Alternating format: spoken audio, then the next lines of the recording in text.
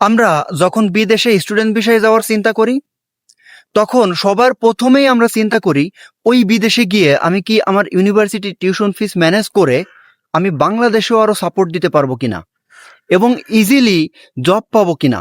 Job পেয়েও এবং আমার টিউশন ফিস ম্যানেজ করে সামটাইমস অনেকের লোন থাকে, সেই লোনগুলো শোধ করতে পারবো কিনা। অনেকের প্রশ্ন থাকে আমার নিজের শখ পূরণ সহ যাবতীয় যত খরচ আছে সব খরচগুলো বহন করতে পারবো কিনা। এই জিনিসগুলাই সাধারণত চিন্তা করে থাকেন। তার মধ্যে এখন এই জিনিসগুলা চিন্তা করে এসেই চলে আসেন বিদেশ, এসে পড়ে যান মহাবিপদে। এইগুলো ছাড়াও most of the important thing হচ্ছে যেটা আপনার মাস্ট চিন্তা করা লাগবেই, যেটা না চিন্তা করে আসলে আপনি আপনার লাইফটা জাহান্নাম বানিয়ে ফেলতে পারেন। তার মধ্যে একটা কারণ হচ্ছে ওই দেশের গভর্নমেন্ট কেমন এবং ওই দেশের কালচার কেমন এবং ওই দেশের যে লোকাল পিপুল সেই পিপুলগুলা কেমন। এরা কি ইমিগ্রেন্ট ফ্রেন্ডলি নাকি ইমিগ্রেন্ট ফ্রেন্ডলি না। এই জিনিসগুলো আসলে চিন্তা করা অনেক ইম্পর্টেন্ট, যেগুলো আমরা অলমোস্ট 100% স্টুডেন্ট চিন্তা করি না। আর ওই দেশের গভর্নমেন্ট কেমন এটা চিন্তা করার তো প্রশ্নই আসে না। ব্যাপারটা এরকম, আমরা হয়তো দুই একজন চিন্তা করলেও করতে পারি, কিন্তু most of the people don't think about that. বিষয়টা হয়েছে এরকম। তো এখন আমাদের বিদেশ আসার ক্ষেত্রে আরেকটা জিনিস মোস্ট অফ দ্য ইম্পর্টেন্ট হচ্ছে রেসিজম। আসলে আমি একটা দেশে আসলাম, স্টুডেন্ট ভিসায় আসলাম, আসার পর আমি যদি দেখি সেই দেশে প্রচুর পরিমাণ রেসিজম চলে, তাহলে কিন্তু আমার লাইফটা জাহান্নাম হয়ে যাবে, মনটা ভেঙে চৌচির হয়ে যাবে। আপনি যখন নতুন বিদেশে আসবেন তখন আপনার মন মেজাজ খারাপ থাকবে, মন মানসিকতা ভঙ্গুর অবস্থায় থাকবে। তারপরেও যদি দেখেন যে আপনার সাথে রেসিজম করা হচ্ছে, আপনার সাথে ভালো বিহেভ করা হচ্ছে না, আপনার পাশ দিয়ে হেঁটে যাচ্ছে এরকম একটা ধাক্কা দিয়ে চলে গেল লোকাল পিপল। রেসিজম মানে হচ্ছে বর্ণবাদ, যেটা আমাদের এশিয়ান লোকদের মানে মানুষদের যে কালারটাকে সাধারণত রেসিজম হিসেবে ধরে ইউরোপিয়ানরা, যারা রেসিজম করে আর কি। আর এই জিনিসটা আপনি যখন আপনার সামনে পড়বে এই জিনিসটা, তখন কিন্তু আপনার মনটা ভেঙে একদম চৌচির হয়ে যাবে। সাপোজ দেখেন, আমি ওই জিনিসটা যদি ভালোভাবে বলতে চাই, যেরকম আমি লিথুনিয়াতে এসে ওই ধরনের আমি তেমন একটা ভালো কিছু মানে অতটা রেসিজম আমি দেখি নাই, আমার সাথে অতটাও পড়ে নাই লিথুনিয়াতে। সাপোজ লিথুনিয়ার কথা বলি, লিথুনিয়াতে যে বৃদ্ধা লোকজনগুলো আছে ওনারা একটু আমাদের এই কালচার এবং আমাদের এই বর্ণের লোকজনদের একটু চোখে কম দেখেন, মানে দেখতে পারেন না আর কি, এরকম। আর ইয়াং যে লোকগুলো আছে ওনারা কিন্তু খুব ভালো ইংলিশ পারে, খুব ফ্রেন্ডলি, এবং ইয়াংদের মধ্যেও দুই একটা তো থাকবেই এরকম। তো এইভাবে আমার সাথে এরকম আমি এখনো রেসিজমের শিকার হইনি অতটা এই লিথুনিয়াতে, মানে ভিলনিয়াসে এরকম অতটা আমি দেখি নাই অতটা সামনের উপরে। কিন্তু এদের এইখানে রেসিজম করার মানে কারণটা একটা হতে পারে, সেটা হচ্ছে আমাদের বাঙালিদের মধ্যে, আমি জাস্ট বাঙালিতেই মেনশন করি, শুধু বাঙালি না, এর মধ্যে পাকিস্তানি আছে, ইন্ডিয়ান আছে, এরকম।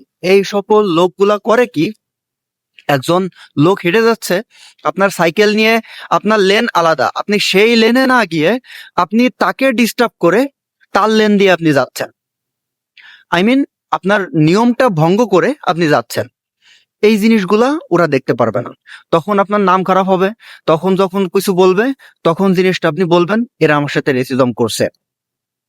আবার অন্যদিকে যখন আপনি দেখবেন যখন আপনি দেখবেন যে রাস্তা, সাপোজ রাস্তাতে রেড সিগন্যাল দেখাইছে, আপনার রাস্তার পার হওয়ার নিয়ম নাই, এখন গাড়ি পার হবে, এখন আপনি হুট করে বাংলাদেশের মতো দৌড় দিয়ে রাস্তা পার হয়ে গেলেন, তখন তো এটা অবশ্যই আপনার অন্যায়। যখন একটা ইয়াং পিপুল বা এই জিনিসগুলা সাধারণত ওল্ড পিপুল যেগুলা, ওনারা আসলে এই জিনিসগুলা দেখতে পারেন না, তারপরে যখন আপনাকে একটা কিছু বলবে তখন আপনি ধরে নেবেন আমার সাথে রেসিজম করছে। আসলে এইগুলো রেসিজম না। রেসিজমটা হচ্ছে আপনি ভালোভাবে যাচ্ছেন, যাওয়ার পরেও আপনাকে আপনাকে দেখে নাক সিটকাচ্ছে, উল্টাপাল্টা কথা বলছে, ওটাই হচ্ছে রেসিজম। যেখানে আপনার অন্যায় নাই, অন্যায় ছাড়া আপনাকে উল্টাপাল্টা কথা বলছে, তখন আপনি ধরে নেবেন এটাই হচ্ছে রেসিজম। এখন মূল কথাটা হচ্ছে, যে দেশে রেসিজম খুব চলে সে দেশে এসে আপনার মনটাকে আপনি টিকিয়ে রাখতে পারবেন না সঠিকভাবে। কারণ আপনি এখানে আপনার ফ্যামিলি, আত্মীয় স্বজন, বাবা মা সবাইকে ছাড়া আছেন। এখন তারপরেও যদি এরকম বিহেভ এই লোকাল পিপুল গুলা করে আপনার সাথে, আপনি টিকতে পারবেন না। সো ডিফিকাল্ট এরকম। তো লিথুনিয়ার কথা বলি, লিথুনিয়াতে আমি ভিলনিয়াসের কথা বলি। ভিলনিয়াসে অতটা রেসিজম দেখি নাই, তবে আমি শোনা কথা যে এখানে নাকি অনেক রেসিজম চলে, অনেকের সাথে অনেকে এরকম ফেস করছেন, অনেকের মুখে মুখে শোনা এরকম। আমার সাথে পার্সোনালি অনেকের কথাও হয়েছে যে এখানে অনেকের সাথে রেসিজম হয়েছে, তাদের দেখে নাকি উল্টাপাল্টা কথা বলছে, তারা বলছে যে go back to your country, এরকম বলছে সরাসরি। তো আমার সাথে এখন পর্যন্ত এই ধরনের ঘটনা ঘটে নাই, যদিও আমি ভিডিও করি, আমি হাইটে যাই, আমি লোকাল পিপলদের সাথে কথা বলি, এখন পর্যন্ত এই ধরনের কিছু আমার সামনে ঘটে নাই। এখন কেউ যদি কারোর সাথে ভিলনিয়াসে ভাই ব্রাদার যারা থাকেন, আপনাদের সাথে যদি ঘটে থাকে, কাইন্ডলি একটু জানাবেন আমাকে, যাতে এই ইনফরমেশন গুলা অন্যদেরও শেয়ার করতে ইজি হয়, বুঝতে সুবিধা হয় এরকম।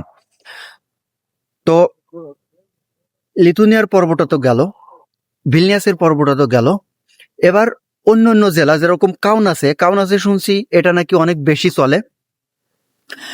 আর রেসিজম কাকে বলে সেটা দেখেছি আমি লাটভিয়াতে গিয়ে আপনি মানে আত্মহত্যা করার মতো অবস্থা। আমি সেখানে 7 মাস ছিলাম। ওখানের যে লোকাল যে ছেলে মেয়েরা, আপনার সাথে ওরা কথাই বলতে চাইবে না। তাহলে বুঝেন রেসিজম কোন লেভেলে ওদের ওখানে। এটা আমি 100% এগ্রি করি। যারা লাটভিয়াতে থাকেন বা লাটভিয়াতে গেছেন হয়তো বুঝতে পারবেন যে তাদের লোকাল পিপুলটা আসলে কেমন। হয়তো আপনার এক্সপিরিয়েন্স হয়তো ভালো হতে পারে, আপনি হয়তো গিয়ে 1-2 ঘন্টা বা একদিন ছিলেন, বা 2-4 দিন, 5 দিন, 1 সপ্তাহ ছিলেন, সেক্ষেত্রে হয়তো আপনার এক্সপিরিয়েন্সটা ভালো হতে পারে। কিন্তু আমি ওখানে গিয়ে 7-8 মাস ছিলাম, ইভেন ওখানে আপনাকে জবও দিতে চাইবে না। যখন দেখবে যে ওইখানে লোকাল পিপুল না, আপনি এশিয়ান কেউ, অন্য ধর্মের বা অন্য বর্ণের, আপনাকে জবও দিতে চাইবে না। আর একটা দেশে আসতে হলে সব থেকে most of the important thing হচ্ছে ওই দেশের গভর্নমেন্ট কেমন। দাঁড়ান, এগেইন আমার লাইনটা ছেড়ে দিয়েছে, রাস্তাটা পার হতে হবে, রাস্তাটা পার হয়ে তারপরে কথা বলছি।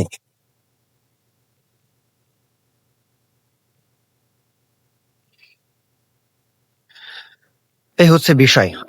আশা করি আমার মূল কথাটা বুঝতে পারছেন। তো একটা দেশে আসার আগে আপনাকে অবশ্যই দেখতে হবে ওই দেশের গভর্নমেন্ট কেমন এবং ওই দেশের লোকাল লোকজন কেমন। ওইগুলা না দেখে আসলে আপনার লাইফটা হয়তো জাহান্নাম হয়ে যেতে পারে। এই জিনিসগুলা খুবই ইম্পর্টেন্ট জিনিস। এই জিনিসগুলা একটু খেয়াল করে দেখে নিবেন, দেখে নিয়ে তারপরে আপনি আশা করি আসবেন। তাহলে আপনার জিনিসটা, লাইফটা ইজি হয়ে যাবে এবং এই দেশের স্টাডি সবকিছু মিলায় জিনিসগুলা ইজি হয়ে যাবে। তাই বলি, একটা দেশের গভর্নমেন্ট যদি ইমিগ্রেন্ট ফ্রেন্ডলি না হয়, একটা দেশের লোকাল লোক যদি ইমিগ্রেন্ট ফ্রেন্ডলি না হয়, তাহলে কিন্তু আপনি এসে তেমন একটা সার্ভাইভ করতে পারবেন না। এখানে এসে আপনার জব পাওয়া ইজি হয়ে যাবে। মানে আমি জাস্ট এক্সাম্পল দিলাম, এখানে শুধু আমি লিথুনিয়ার কথা বলছি না, লিথুনিয়াতে এতটা রেসিজম নাই, আমি ওভারঅল বলছি।